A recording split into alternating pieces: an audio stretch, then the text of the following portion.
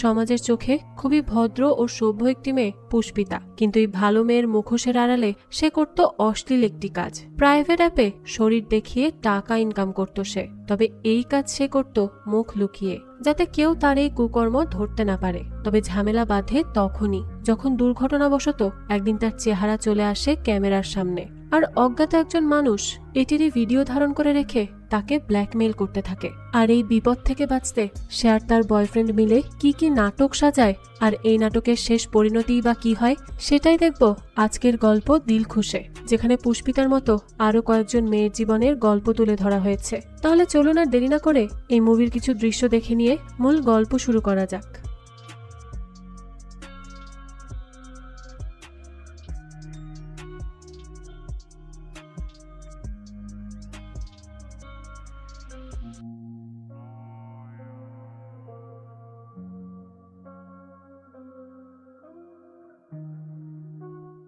গল্পের শুরুতেই দিলখুশ নামক একটা অ্যাপ আমাদের কিছু কথা বলে। সে বলে যে ভালোবাসার কোনো অ্যালগরিদম হয় না, কিন্তু আমার ব্যাপারে তো সেটা খাটে না।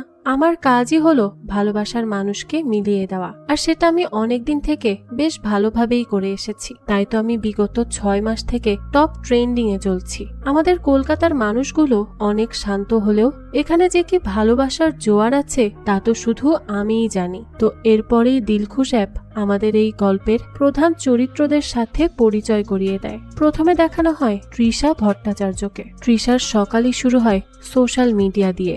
সেখানকার পোস্টে কতগুলো লাইক হয়েছে সেই সব গুণে, কারণ সে একজন ইনফ্লুয়েন্সার। তার মা একজন জনপ্রিয় অভিনেত্রী, তাই কাজের ব্যস্ততার জন্য তার মা তাকে তেমন সময়ই দিতে পারে না। সোশ্যাল মিডিয়াতে তাকে অনেক হ্যাপি দেখালেও রিয়েল লাইফ একদমই তার উল্টো। হাই স্কুলে তার প্রথম প্রেমের ব্যর্থতা এবং তার মায়ের সাথে বাড়তে থাকা দূরত্ব তাকে ভীষণ একা করে দিয়েছে। তাই সে দিলখুশ অ্যাপে তার মনের মানুষ খোঁজে। এরপরে দেখানো হয় বোধিসত্ত্ব বাগচিকে। তিনি ভীষণ পড়ুয়া ছেলে, গিনিপিকের হার্ট নিয়েই পিএইচডি করেছেন, আর এরপরে ডক্টরেটও করতে চান।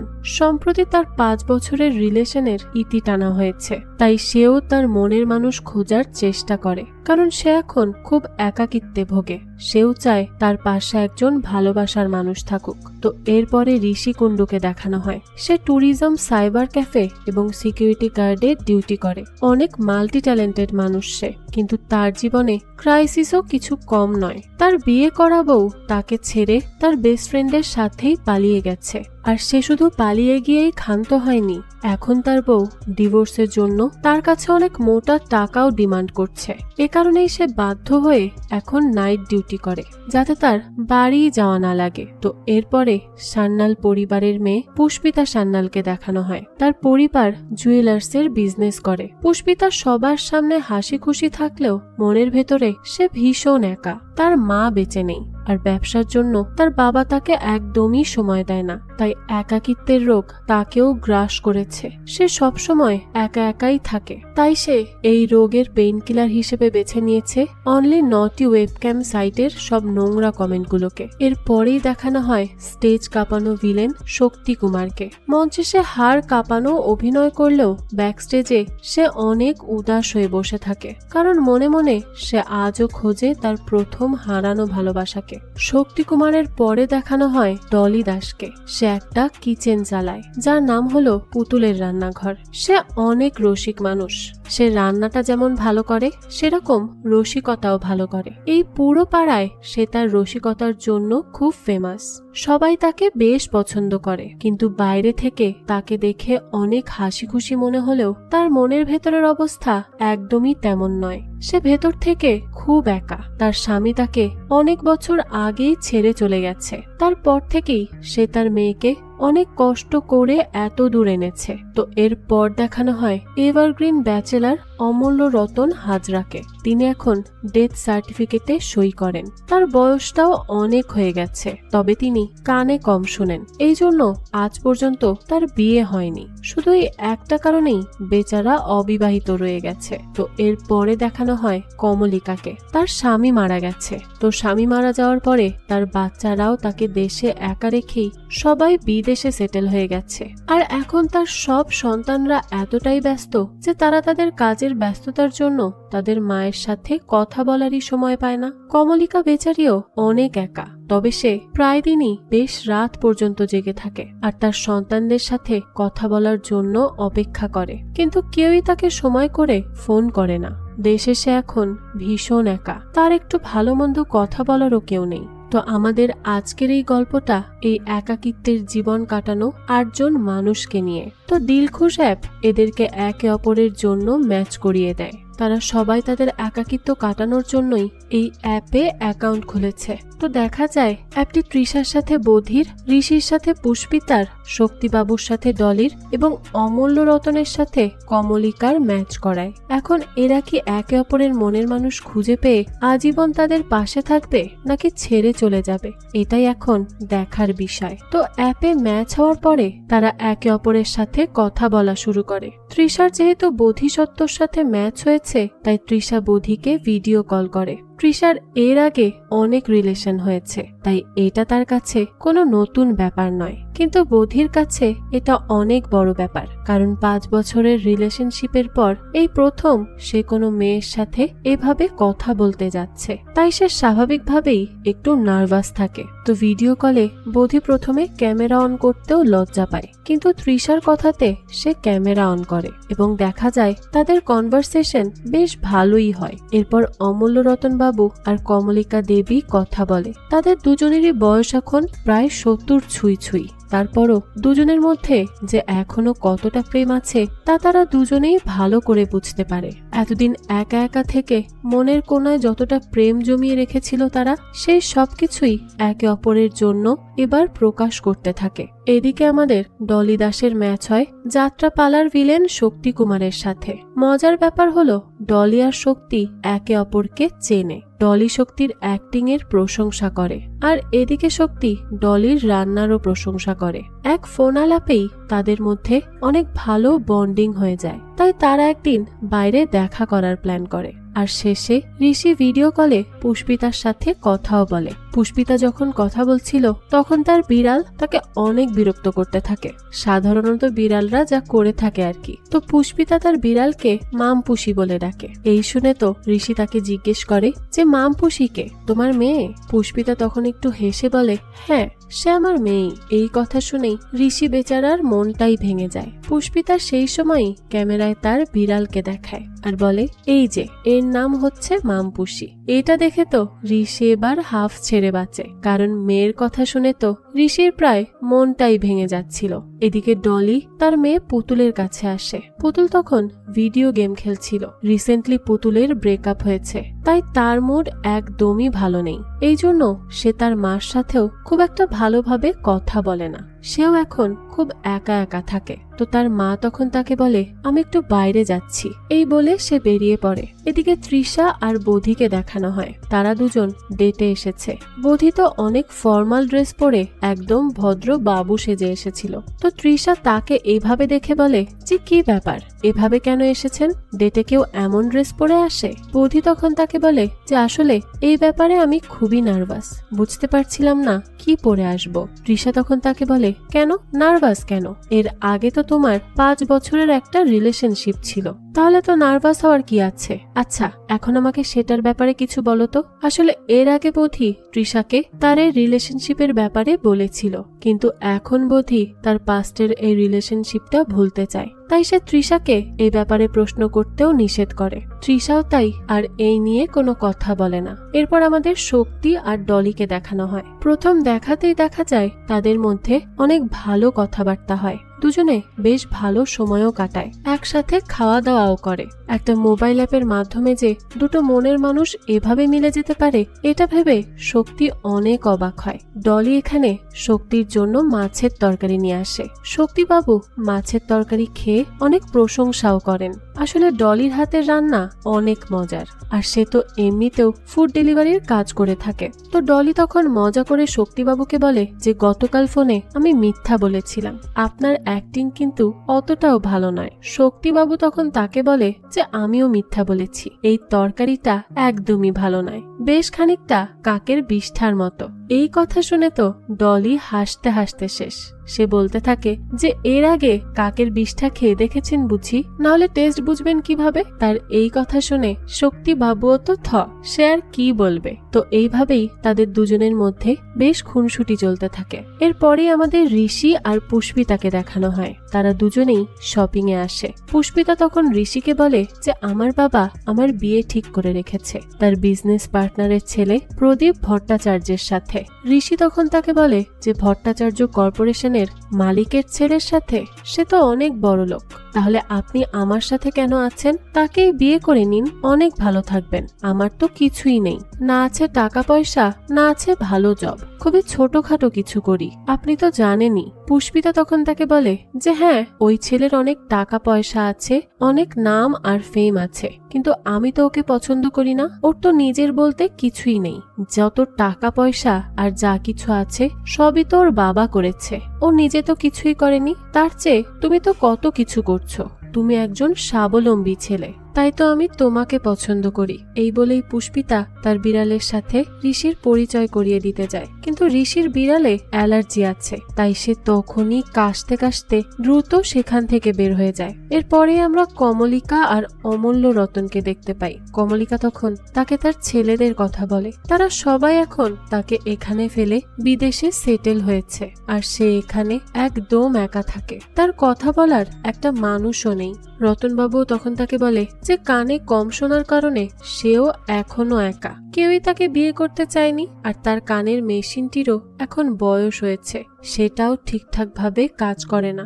নতুন মেশিন অনেক দামি, সেজন্য সে নতুন মেশিন কিনতেও পারে না, এ দিয়েই কোনো রকমে তার কাজ চালাচ্ছে। কমলিকা তখন তাকে বলে যে তাহলে তো আপনার কানে কানে কথা বলতে হয়। এই কথা শুনেই রতন অনেক লজ্জা পায়, আর এটা দেখে কমলিকাও হেসে ওঠে। রতনবাবু তখন তাকে বলে যে কখনো কারো সাথে এভাবে কথাই বলিনি আমি, আসলে আমি একটু ক্যাবলা টাইপের, তাই ঠিকঠাক ভাবে কথা বলতে পারি না। কমলিকা তখন অনেক খুশি হয়ে বলে যে আপনার এই ক্যাবলামিটাই তো আমার ভালো লেগেছে। আর এই কথা শুনে রতনবাবুও অনেক খুশি হয়। এরপরে রাতের বেলা দেখা যায় ডলি শক্তিবাবুর সাথে কথা বলে। ডলি সকালে বলা কথার জন্য শক্তিবাবুর কাছে দুঃখ প্রকাশ করে, সে একটু বেশি মজা করে ফেলেছিল। শক্তিবাবুও তার এই খুনসুটি অনেক পছন্দ করে, তার কাছে এগুলো একদমই খারাপ লাগেনি, তাই সে বলে এভাবে সরি বলার কোনো কারণই নেই। তো এরপরেই তৃষা আর বোধিকে দেখানো হয়। তৃষা ছবি তুলতে পোজ দিতে অনেক পছন্দ করে, কিন্তু বোধি এগুলো তেমন ভালো পারে না, তাই তৃষা এই নিয়ে একটু মজাই করে। কিন্তু মজা করতে করতে তৃষা হুট করে বোধির বাবাকে টেনে আনে, কিন্তু বোধির বাবা তো আর বেঁচে নেই, তাই এটা বোধির কাছে অনেক খারাপ লাগে। এই জন্য সে সেখান থেকে রাগ করেই চলে যেতে লাগে। তৃষাও তখন রিয়েলাইজ করতে পারে যে সে হয়তো একটু বেশি মজা করে ফেলেছে।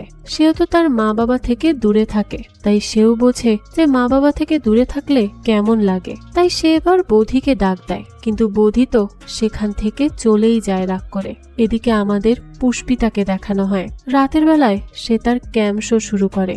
সে সব সময় ফেস হাইড করেই তার ক্যাম্প শো চালাতো, কিন্তু আজ যখন সে ক্যাম্প শো শুরু করে তখন হঠাৎ করেই ওয়েব ক্যামের উপর তার বিড়াল লাফ দেয়। এর ফলে ক্যামেরাটা ঘুরে যায় আর পুষ্পিতার মুখ দেখা যায়। এই দেখে তো পুষ্পিতা অনেক ভয় পেয়ে যায় এবং সাথে সাথেই সে তার ক্যামেরা বন্ধ করে দেয়। কিন্তু কিছু সময়ের জন্য হলেও সেখানে পুষ্পিতার ফেস দেখা গিয়েছিল, এজন্য পুষ্পিতা অনেক টেনশনে পড়ে যায়। আর এটা যদি কোনোভাবে তার বাড়ির লোক জেনে যায় তাহলে অনেক বড় বিপদ হয়ে যাবে। এদিকে ঋষি পুষ্পিতাকে অনেকবার ফোন করে, কিন্তু পুষ্পিতা তো অনেক টেনশনে ছিল, তাই সে ফোনই রিসিভ করে না। তো এর পরের দিন দেখা যায় পুষ্পিতা ঋষির সাথে দেখা করতে আসে, তবে সে ঋষির সাথে ভালোভাবে কথাই বলছিল না। তাই ঋষি তাকে জিজ্ঞেস করে যে কি হয়েছে তোমার, এমন করে আছো কেন?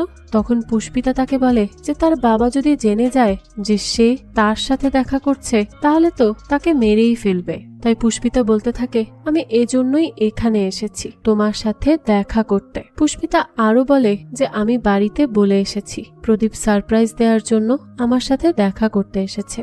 ঋষি তখন অনেক মজার কথা বলে আর পুষ্পিতার মন ভালো করে দেয়। আগের দিন তৃষার সাথে বোধির একটু মনোমালিন্য হলে বোধি রাতের বেলায় তৃষার সাথে কথা বলে এবং তাদের মধ্যে সম্পর্কটা আবারও অনেক ভালো হয়ে যায়। তৃষাকে একটু ইমপ্রেস করার জন্য সে তৃষার সাথে দেখা করতে অনেকটা স্টাইল দিয়ে আসে। এদিকে ডলি আর শক্তিকে দেখতে পাই আমরা। ডলি তখন শক্তিকে জিজ্ঞেস করে যে জীবনে আপনার সবচেয়ে বড় দুঃখ কি বলুন তো। শক্তি তখন বেশ খানিকটা ইমোশনাল হয়ে তাকে বলে যে এর আগে আমি অনেক শো করেছি, আমার শো দেখতে অনেক দূর থেকে মানুষ এসে পুরো গ্যালারি ভরে যেত, কিন্তু শো শেষে আমি যখন ব্যাক স্টেজে যেতাম তখন বুঝতাম আমি কতটা একা, ব্যাক স্টেজে আমাকে আর দেখার মতো কেউই থাকতো না। এই শুনে ডলিও অনেক ইমোশনাল হয়ে যায়। এরপরে রতন বাবু আর কমলিকাকে দেখানো হয়, তারা একসাথে অনেকটা ভালো সময় পার করে। কমলিকা তখন রতন বাবুকে একটা ভালো কানের যন্ত্র গিফট করে যাতে সে একটু ভালোভাবে কানে শুনতে পায়। তো এই গিফট পেয়ে তো রতন বাবুও অনেক খুশি হয় যে এতদিনে অন্তত কেউ তার কথা ভাবলো। এরপরে রাতের বেলা তখন দেখা যায় শক্তিবাবু আর ডলি একসাথেই বাড়ি আসে। তারা সারাদিন তাদের জীবন নিয়ে অনেক গল্প গুজব করে আর বেশ হাসি ঠাট্টাও করে।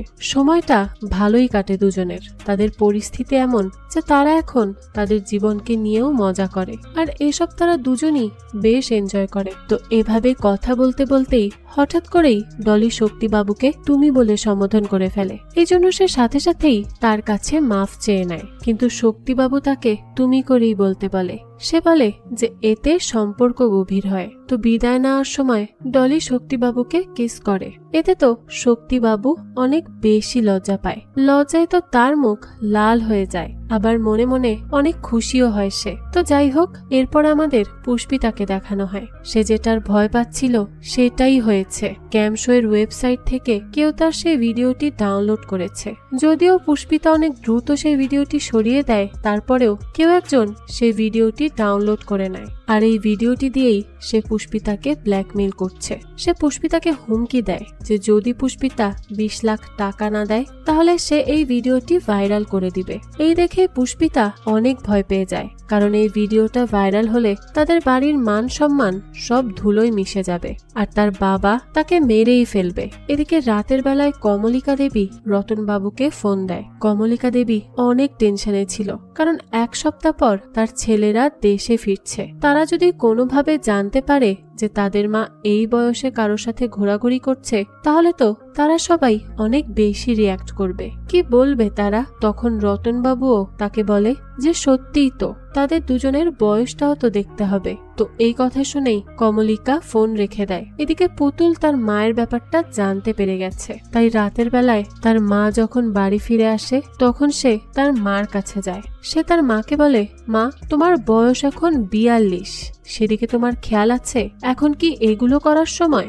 ডলি তখন তাকে বলে যে তোমার অসুবিধা হলে আমার কিছুই করার নেই, আমি ভুল কিছু করছি না। পুতুল তখন তাকে বলে যে এগুলো বাদ দাও মা, আর তোমার ব্যবসায় মন দাও। তুমি কিন্তু ঠিক করেছিলে যে তুমি তোমার ব্যবসাটা অনেক বড় করবে, আমাকে বিদেশে পাঠিয়ে কোডিং শেখাবে, তাহলে এইসব কি করছো এখন? ডলি তখন বলে যে তোমার জন্য আমি অনেক স্যাক্রিফাইস করেছি, এখন আর আমি আমার স্বপ্নগুলোর গলা টিপে হত্যা করব না। পুতুল তখন তাকে বলে যে ছোটবেলায় বাবার কাছ থেকে আনার সময় আমাকে দিলখুশ না খাইয়ে ট্রেন থেকে ধাক্কা দিয়ে ফেলে দিতে, সেটাই আমার জন্য অনেক ভালো হতো। সেটা করলে এখন আর আমার এইসব দেখতে হতো না। এই বয়সে তুমি আরেকটা লোকের সাথে ঘুরে বেড়াচ্ছ। ডলি তখন অনেক রেগে যায় আর তাকে বলে তোর বাবা তো একটা জানোয়ার ছিল, সে কখনো আমার কিচ্ছু বোঝার চেষ্টা করেনি, আর তুইও তোর বাবার মতোই হয়েছিস। এই শুনে পুতুলও অনেক রেগে যায়। এখানে তাদের দুই মা মেয়ের মধ্যে বেশ বড় সড়ই ঝগড়া হয়। তো এদিকে আমাদের বোধি আর তৃষাকে দেখানো হয়। তৃষা বোধিকে বলে যে এমন 2-3টা ডেটের পরে আমি হারিয়ে যাই বোধি। বোধি তখন একটু অবাক হয় আর জিজ্ঞেস করে কেন, এ কথা বলছো কেন? বোধি বলতে থাকে আমি তো তোমার সাথে একটা লং টাইম রিলেশনশিপের কথা ভাবছিলাম, আর এখন তুমি এই কথা বলছো। তৃষা তখন বোধিকে বলে যে আজকে হয়তো তোর আমাকে অনেক ভালো লাগছে, নতুন লাগছে, এক্সাইটিং লাগছে, কিন্তু কাল যখন আমি পুরনো হয়ে যাব তখন দেখবি তোর আর আমাকে ভালো লাগবে না। সেই সময় কি হবে বলতো? বোধি তখন তৃষাকে অনেক বোঝানোর চেষ্টা করে যে পুরাতন হয়ে গেলেও ভালোবাসাটা ঠিক একই রকম থাকে। হ্যাঁ, সিচুয়েশন বদলায় কিন্তু ভালোবাসার কমতি হয় না। কিন্তু এত কিছু বলার পরও তৃষা কোনো কিছুই বোঝে না, বুঝতে চায়ও না, আর তার ফোনটাই কেটে দেয়। এদিকে ব্ল্যাকমেইলের শিকার হওয়ার পরে পুষ্পিতাও ঋষির সাথে আর তেমন ভাবে কথা বলে না। সবার মাঝেই এখন কেমন একটা দূরত্ব চলে এসেছে। সবাই এখন অনেকটা দোটানায় আছে। তারা কি করবে কিছুই ভেবে পাচ্ছিল না। কিন্তু একটু পরেই আবার তারা তাদের মনের মানুষকে মিস করা শুরু করে। তারা রিয়েলাইজ করে যে তারা একে অপরকে ছাড়া আর থাকতে পারবে না। তাদের একে অপরের মধ্যেই সব সুখ লুকিয়ে আছে। কমলিকা দেবী তখন ভাবে যে যখন তার স্বামী মারা যায় তখন তার ছেলেরা কেউ দেশে তাদের বাবার অন্তিম সৎকারে আসেনি। তাই এখন এমন ছেলেদের জন্য সে কেন তার মনের মানুষের সাথে না থেকে নিজেকে কষ্ট দিবে। তাই সে রতনবাবুর সাথেই দেখা করতে আসে। তারা ঠিক করেছিল যে শেষ বয়সে তারা একসাথেই থাকবে, তাতে তার ছেলেরা যা ইচ্ছা তাই বলতে পারে, তার কিছুই আসবে যাবে না। তো কমলিকা এসে রতনবাবুকে সেই কথা বলে। তখন রতনবাবু একটু ঘাবড়েই যায় আর বলতে থাকে যে আপনার ছেলেরা এটা কি ভাববে বলুন তো। কমলিকা তখন তাকে বলে যে অত কিছু আমি ভাবতেও চাই না। তাই সে এবার রতনবাবুকে ফ্ল্যাট দেখা শুরু করতে বলে। রতনবাবুও তো অনেক খুশি হয়ে যায়। এদিকে তৃষা বৌদির সাথে দেখা করতে আসে। ক্লাস 8-এ পড়ার সময় একটা ছেলের সাথে তৃষার রিলেশন ছিল। তৃষাও তাকে অনেক পছন্দ করত, কিন্তু সেই ছেলেটা তাকে চিট করে। তাই তৃষা লং টাইম রিলেশনশিপে থাকতে এখন বেশ ভয় পায়। বৌদি তখন তৃষাকে কথা দেয় যে সে সব সময় তার পাশে থাকবে, সে যেন এসব নিয়ে আর চিন্তা না করে। এটা শুনেই তৃষার অনেক ভালো লাগে। সে ভাবে যে এবার বৌদির সাথে হয়তো সে তার জীবনটা ভালোভাবে কাটাতে পারবে। তো এরপরেই ডলি শক্তিবাবুর সাথে দেখা করতে আসে। ডলি স্ট্যান্ড আপ কমেডিয়ান হতে চায়। এই ব্যাপারে শক্তিবাবু তাকে সব রকম হেল্প করে আর এতে ডলিও অনেক খুশি হয়। তবে শক্তিবাবু এখন তাদের বন্ধুত্ব নিয়ে ভয় পায়। সে ডলিকে আর একবার ভেবে দেখতে বলে, কারণ সে চায় না যে তার জন্য তাদের মা আর মেয়ের সম্পর্ক খারাপ হোক। কিন্তু এখন ডলি অনেক কনফিডেন্ট, সে আর এগুলো নিয়ে ভাবতে রাজি না। সে এখন তার সুখের দিকটাই দেখবে। এরপরে পুষ্পিতা ঋষির সাথে দেখা করতে আসে। পুষ্পিতা ঋষিকে বলে যে আমার বিয়ে ঠিক হয়ে গেছে। ঋষি তখন তাকে বলে যে আমাকে নেমন্তন্ন করতে এসেছো? আচ্ছা, মাটনগুলো একটু জুসি করে রান্না করবে, ঠিক আছে? অনেক জম্পেশ খাওয়া হবে কিন্তু। পুষ্পিতা তখন খুব রেগে যায় আর তাকে বলে আমার বিয়েতে মাটন খাবে? ঋষি তখন বলে তাহলে কি করব, খাওয়া ছাড়া আর কি বা করার আছে আমার? পুষ্পিতা তখন বলে যে পালাবো আমি, তোমার সাথে পালাবো। তাও ঋষি তো প্রথমে যেতে রাজি হয় না, কারণ পুষ্পিতার বাবা তাকে পেলে মেরেই ফেলবে, কারণ তার বাবা ছিল অনেক ক্ষমতাধর। তো সেই সময় দেখা যায় তার ফোনে তার এক্স ওয়াইফের মেসেজ আসে। সে তার নামে মামলা করেছে এবং মোটা টাকাও দাবি করেছে, আর সেটা না দিলে পুলিশ তাকে গ্রেফতার করতে আসবে। এই দেখে ভয় পেয়ে সে পুষ্পিতার সাথে পালিয়ে যেতে রাজি হয়। সবকিছু ঠিকঠাকই যাচ্ছিল। তখনই আমরা এই দিলখুশ অ্যাপের মেকার রবার্ট রয়কে দেখতে পাই। অফিসে তাকে অনেক রাগান্বিত অবস্থায় দেখা যায়। এরপরেই লাইভে এসে রবার্ট সবার কাছে ক্ষমা চায়। সে বলে যে এবারের 14 ফেব্রুয়ারি ভ্যালেন্টাইন্স ডে রাতের বেলায় আমাদের অ্যাপটা হ্যাক হয়েছিল, তাই তখন যাদেরকেই ম্যাচ করানো হয়েছে তারা কেউই একে অপরের জন্য পারফেক্ট ম্যাচ নয়। এই কথা দেখে শুনে তো সবাই অবাক হয়ে যায়, তবে একজন অনেক খুশি হয়, আর সে হলো পুতুল। তো এরপরই আমাদের 1 বছর আগের একটা ফ্ল্যাশব্যাক দেখানো হয়। পুতুল আর রবার্ট রয় আইডিয়া ট্যাঙ্কের মঞ্চে তাদের ডেটিং অ্যাপ দিলখুশের আইডিয়া দিতে আসে। তো এই পুরো দিলখুশ অ্যাপের আইডিয়া আর কনসেপ্ট পুতুলের ছিল, কিন্তু পুতুল ভালোভাবে তার কথাগুলো গুছিয়ে বলতে পারে না বিধায় তারা কোনো ফান্ডিং পায় না। কিন্তু রবার্ট পরবর্তীতে পুতুলকে কোনো ক্রেডিট না দিয়ে পুতুলের আইডিয়া কপি করে এই অ্যাপটা লঞ্চ করে দেয়, আর পুতুল এতে খুবই ভেঙে পড়ে। তার এতদিনের কষ্ট অন্য কেউ তার নিজের নামে চালিয়ে দিল।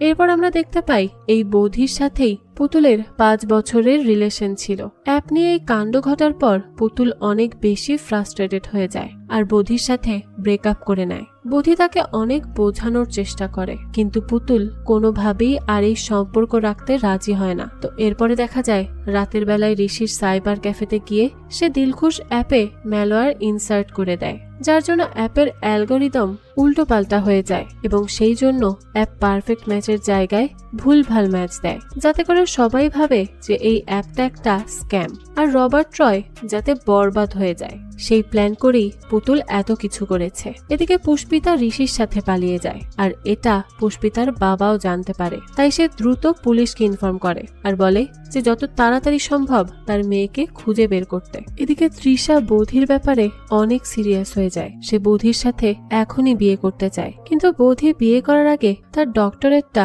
শেষ করে নিতে চাইছিল। কিন্তু তৃষা তো এখনই বোধির সাথে বিয়ে করতে চাইছে, আর এই কথাটা তৃষা বোধির বাড়ির লোকেদেরও জানিয়ে দেয়। এদিকে শক্তিবাবু ডলির রান্নাঘরে আসে, সেখানে সে ডলির রান্নার কাজে সাহায্যও করে। এক ফাঁকে শক্তিবাবু ডলিকে কিস করে বলে যে আগের দিনেরটা ফেরত দিলাম। তো তাদের দুজনের ভালোই সময় কাটতে থাকে। এরপর আমাদের রতন বাবুকে দেখানো হয়। সে ডাক্তারের কাছে আসে, তার লিভার ড্যামেজ হয়ে গেছে। কন্ডিশন এখন এতটাই সিরিয়াস যে সে কয়দিন বাঁচবে তার কোনো ঠিক নেই। 6 মাসও বাঁচতে পারে, আবার 1-2 বছরও বাঁচতে পারে। তো ডাক্তারের চেম্বারে সে খুব মজা করে কথা বলছিল। ডাক্তার তখন তাকে জিজ্ঞেস করে যে আপনার কি কোনো চিন্তা হচ্ছে না? রতনবাবু বলে যে আমার এখন একটাই চিন্তা, আমি মারা গেলে কি আমার ডেথ সার্টিফিকেটে সই করবে?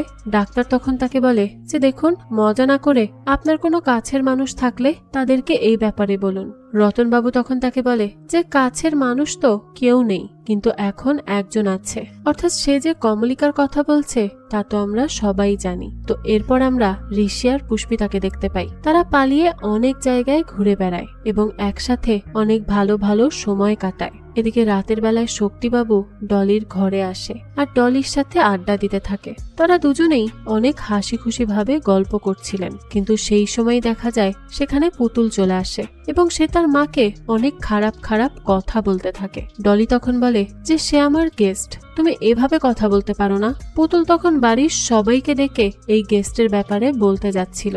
তখন শক্তিবাবুও তাকে বোঝানোর চেষ্টা করে, কিন্তু পুতুল তো শক্তিবাবুকেও অনেক খারাপ কথা বলে। শক্তিবাবু তখন সেখান থেকে চলে যায়। সে বেশ কষ্টও পায়। পুতুলের ব্যবহারটা মোটেও শোভনীয় ছিল না। তো এরপর সে মন খারাপ করে এক জায়গায় বসেছিল। তখনই ডলি তার কাছে আসে। শক্তিবাবু তখন ডলিকে তার পুরনো প্রেমিকার কথা বলে, যে তাকে একা রেখেই চলে গিয়েছিল। সে বলে যে আমরা আবারও হেরে গেলাম, কিন্তু ডলি তাকে আবারও চিয়ার আপ করে আর বলে যে হেরে গিয়ে জিতে যাওয়াকে বাজিগার বলা হয়, জানো না তুমি? তো তাদের সব কথাবার্তা পুতুল সেখানে দাঁড়িয়ে দাঁড়িয়ে শুনে ফেলে। এরপর আমাদের কমলিকাকে দেখানো হয়। তার ছেলে তাকে ফোন করে আর দেখা যায় তার ছেলে জানতে পেরে গেছে যে তার মা এখন অন্য একটা লোকের সাথে থাকছে। এইসব শুনে তার ছেলে অনেক রাগ করতে থাকে। সে তার মাকে বলে যে কোথায় আছো এখন? কমলিকা প্রথমে মিথ্যা বলে যে সে বাড়িতে আছে। তারা বলে যে বাড়িটা দেখাও তো। কমলিকা তখন তাকে বলে যে তোরা তো সব সত্যি জানতেই পেরেছিস, তাহলে আর কি বলবো? তখন তার ছেলে বলে এখনই বাড়ি ফিরে যাও। কিন্তু কমলিকা বাড়িতে যেতে চায় না। সে বলে যে আমি ওর সাথে অনেক ভালো আছি আর ওর সাথেই থাকবো। তো তাদের মধ্যকার কথাবার্তা রতনবাবু ঠিকই শুনে ফেলে। তার জন্য মা ছেলের মধ্যে অশান্তি হচ্ছে এই দেখে সে অনেক দুঃখ পায়। এদিকে ঋষি আর পুষ্পিতাকে দেখানো হয়। তারা এখনো পালিয়ে পালিয়ে বেড়াচ্ছিল। তখনই পুষ্পিতা ঋষিকে বলে যে আমি তোমাকে মিথ্যা কথা বলেছি, আমার বিয়ে ঠিক হয়নি।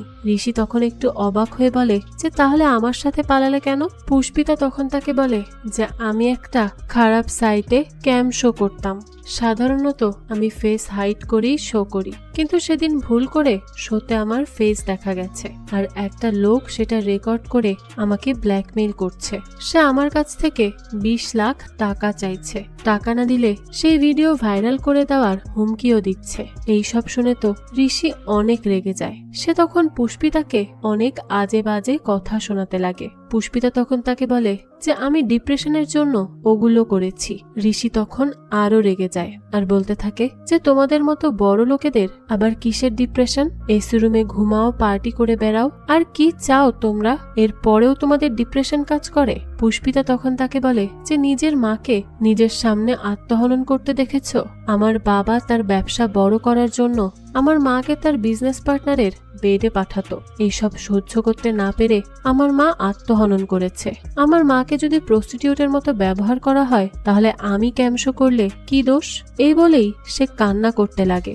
ঋষিও বুঝতে পারে যে পুষ্পিতা অনেক ডিপ্রেশনের শিকার হয়েই ওগুলো করেছে, তাই সে পুষ্পিতাকে জড়িয়ে ধরে আর তাকে শান্ত করার চেষ্টা করে। এদিকে আমরা কমলিকাকে দেখি, সে ভিডিও অন করে তার ছেলের সাথে ভিডিও কলে কথা বলার নাটক করে, যাতে করে রতন মনে করে যে তার ছেলের সাথে তার সম্পর্ক ভালোই আছে। কিন্তু রতন বাবু তো সেদিন রাতে তাদের কথা শুনেছিলেন, তাই সে জানতো যে কমলিকা মিথ্যে অভিনয় করছে, তাও সে না বোঝার অভিনয় করে। এরপরে ঋষি আর পুষ্পিতা ঠিক করে যে তারা এমন একটা সিচুয়েশন ক্রিয়েট করবে যাতে মনে হয় যে পুষ্পিতার কিডন্যাপ হয়েছে, আর তারা পুষ্পিতার বাবার কাছ থেকে মুক্তিপণের জন্য 20 লাখ টাকা চাইবে, আর এই টাকাই তারা সেই ব্ল্যাকমেইলারকে দিয়ে দিবে। ঋষি তখন বলে যে আচ্ছা, আমরা 20 লাখ না 40 লাখ চাইবো, আমার ডিভোর্সের জন্য 20 লাখ লাগবে। তো এর আগে ঋষি পুষ্পিতাকে বলেনি যে তার বিয়ে হয়েছে, তো এই কথা শুনে পুষ্পিতা অনেক রেগে যায়। তখন ঋষি পুষ্পিতাকে সবকিছু খুলে বলে যে তার স্ত্রী তাকে ধোকা দিয়ে তার বেস্ট ফ্রেন্ডের সাথেই পালিয়ে গেছে, আর এখন মামলা করে উল্টো ডিভোর্সের জন্য 20 লাখ টাকা চাইছে, টাকা না দিলে আমাকে জেলে যেতে হবে। তো এই সব কিছু শুনে পুষ্পিতা শান্ত হয় আর ঋষির ব্যাপারটাও বুঝতে পারে। এরপর আমাদের পুতুল আর বধিরকে দেখানো হয়। পুতুল আসে বধির সাথে দেখা করতে। পুতুল বধিকে অনেক মিস করা শুরু করেছে, আর এখন তার পাশে কেউ নেই, তাই সে বধিকে আবারও রিলেশনে ব্যাক করতে বলে। কিন্তু বধি আর তার কাছে ফিরতে রাজি নয়, আর ফিরবেও বা কেন? সে এখন তো তৃষাকে নিয়ে সিরিয়াস।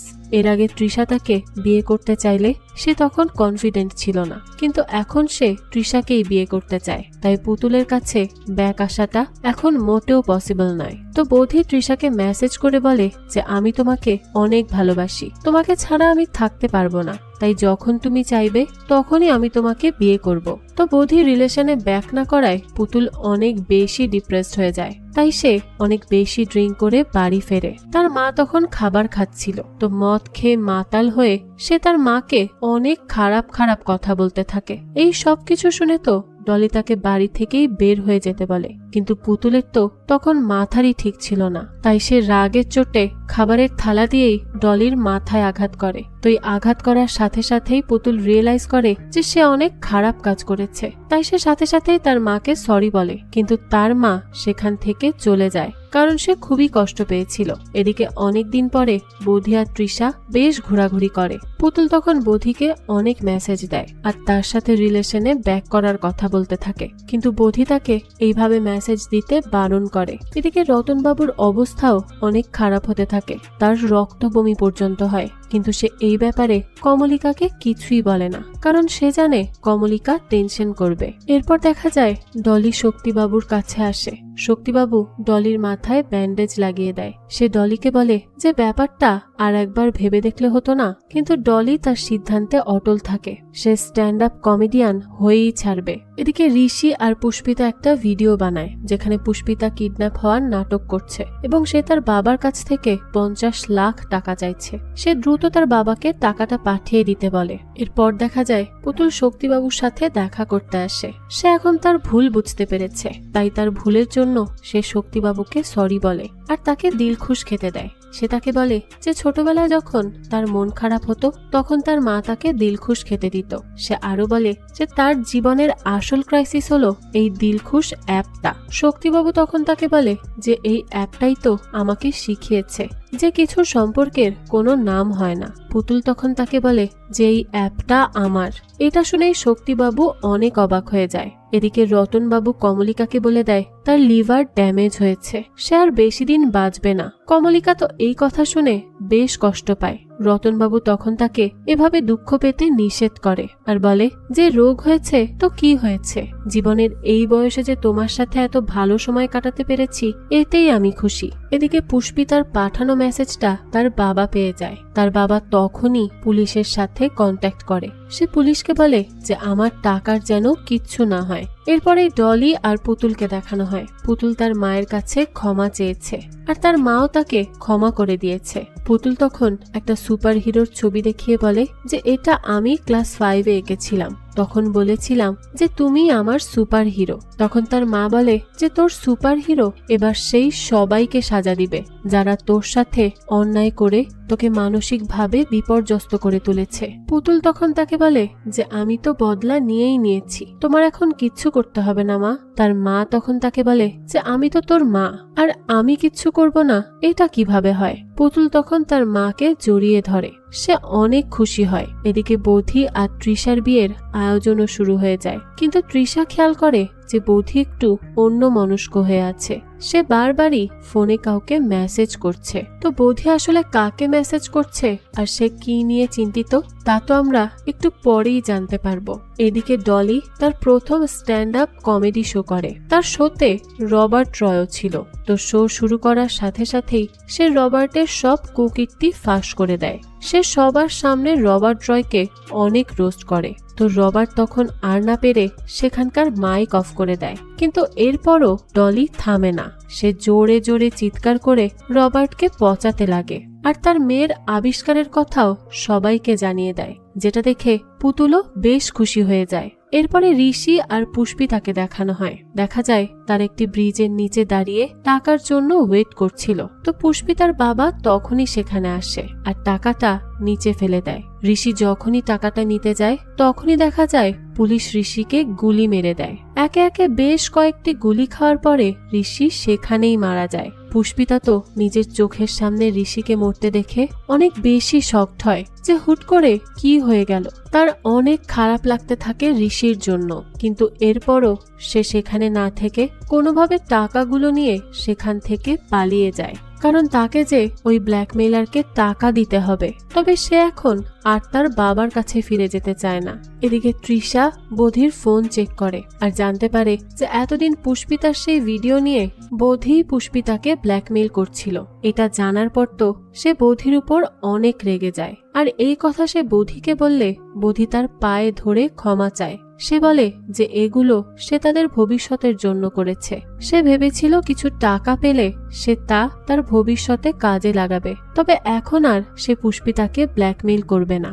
সে এই সব বাদ দিয়ে দিচ্ছে। তৃষা তখন বধিকে ক্ষমা করে দেয় এবং তারা বিয়েও করে নেয়। বিয়েতে বধির এক্স গার্লফ্রেন্ড পুতুলা আসে, আর তার মায়ের কথাতে সেই তাদের বিয়ের সাক্ষী দেয়, কারণ তার মা চাইছিল পুতুল যাতে মুভ অন করে এবং স্ট্রং হয় জীবনে। তো এদিকে ডলি তার স্ট্যান্ড আপ কমেডি ভালোই করছে। শক্তিবাবু এখন তার অভিনয় থেকে রিটায়ারমেন্ট নিয়ে ডলির স্ক্রিপ্ট এবং ম্যানেজারের দায়িত্বও সামলাচ্ছেন। তারা বিয়েও করেনি, আবার একসাথেও থাকে না, বড়ই এক অদ্ভুত বন্ধুত্বের সম্পর্ক তাদের। আর এদিকে রবার্ট রয়ের সব জালিয়াতি বের হয়ে আসার পরে সে এখন একেবারে ফকির হয়ে গেছে। অন্যদিকে বাবার কাছ থেকে নেওয়া টাকা নিয়ে পুষ্পিতা এখন তার বিজনেস শুরু করেছে।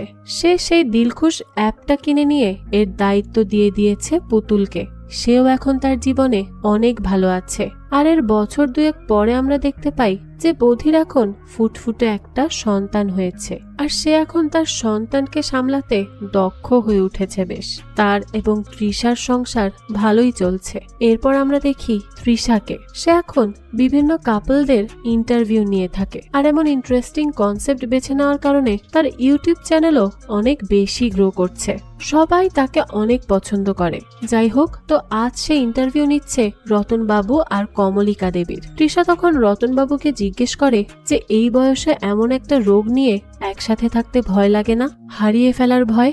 রতন বাবু তখন তাকে উত্তর দেয় যে প্রেমের সাগরে একবার যখন ডুব দিয়েছি তখন আর কোনো ভয়ই নেই, আর এই বয়সে যখন আমার সোলমেট আমার পাশে আছে তখন আবার কিসের ভয়?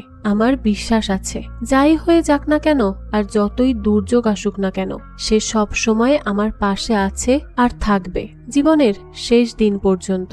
আর সবশেষে তিনি বলেন, আর আমি এটাই আশা করি যে পৃথিবীর সব ভালোবাসাগুলো এভাবেই ভালো থাকুক। তো এর মধ্যে দিয়েই এই গল্পটি শেষ হয়ে যায়। এই গল্পের মাধ্যমে এইটাই বোঝানো হয়েছে যে সমাজের কাছে যা অসঙ্গতিপূর্ণ প্রেমের ক্ষেত্রে তা খুব সহজেই আশকারা পায়। আসলে ভালোবাসার শক্তিটাই এমন, যে কোনো প্রতিকূলতাকে জয় করার ক্ষমতা রাখে। তাই সেই সব প্রতিকূলতাকে পেরিয়ে পৃথিবীর প্রত্যেকটা ভালোবাসা আজীবন বেঁচে থাকুক সেটাই আশা করছি। যাই হোক, তো এই গল্পটা আপনাদের কাছে কেমন লেগেছে সেটা অবশ্যই আমাদের কমেন্ট করে জানাবেন। যদি এতটুকুও ভালো লেগে থাকে তাহলে একটি লাইক দিয়ে যাবেন। আর হ্যাঁ, আমাদের এই চ্যানেলে কিন্তু প্রতিনিয়তই নতুন নতুন ভিডিও আপলোড করা হয়। সেই সব ভিডিওর আপডেট পেতে আমাদের চ্যানেলটিকে সাবস্ক্রাইব করে বেল আইকনে অল দিয়ে রাখতে কিন্তু ভুলবেন না। আজকে তাহলে এই পর্যন্তই, আবারও হাজির হব নতুন কোনো ভিডিও নিয়ে। সেই পর্যন্ত সবাই ভালো থাকবেন আর আমাদের চ্যানেলের সাথেই থাকবেন। ধন্যবাদ।